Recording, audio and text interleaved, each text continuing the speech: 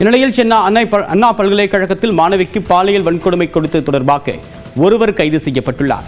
5 பிரிவுகளின் கீழ் வழக்கு பதிவு செய்யப்பட்டுள்ள நிலையில் எஞ்சிய ஒருவரை தேடக்கூடிய பணி தீவிரமாக நடைபெற்று வருகிறது. காவல் நிலையத்தில் புகார் அளிக்கும் முன்பே கல்லூரியில் உள்ள பாலியல் குற்ற தடுப்பு கமிட்டியிலும் மாணவி புகார் அளித்திருப்பது குறிப்பிடத்தக்கது.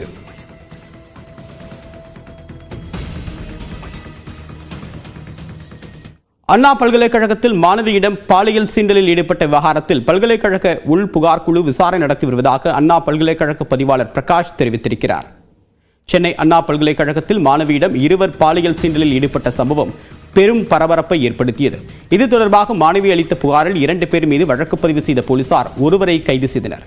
பிடிபட்ட நபர் அண்ணா பல்கலைக்கழகத்தை சேர்ந்தவர் அல்ல என்றும் வெளியிலிருந்து வந்தவர் என்றும் தெரிவிக்கப்பட்டது. இந்நிலையில் மாணவி விவகாரத்தில் பல்கலைக்கழக உள் புகார் குழு விசாரித்து வருவதாக அண்ணா பல்கலைக்கழக பதிவாளர் பிரகாஷ் தெரிவித்திருக்கிறார்.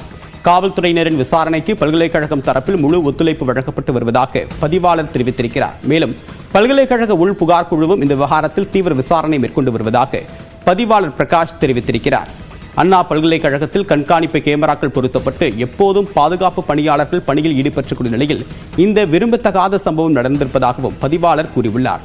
இதுபோன்ற சம்பவம் மீண்டும் நடைபெறாமல் இருக்க கூடுதல் பாதுகாப்பு நடவடிக்கைகள் மேற்கொள்ளப்படும் என்றும் பதிவாளர் பிரகாஷ் தெரிவித்திருக்கிறார். முன்னதாக பல்கலைக்கழக வளாகத்தில் தன்னுடைய நண்பருடன் பேசிக் கொண்டிருந்த போது அங்கு வந்த 2 பேர் நண்பரை அடித்துவிட்டு தன்னிடம் பாலியல் சீண்டலில் ஈடுபட்டதாக மாணவி கோட்டூர்புரம் காவல் நிலையத்தில் புகார் அளித்திருந்தது குறிப்பிடத்தக்கது.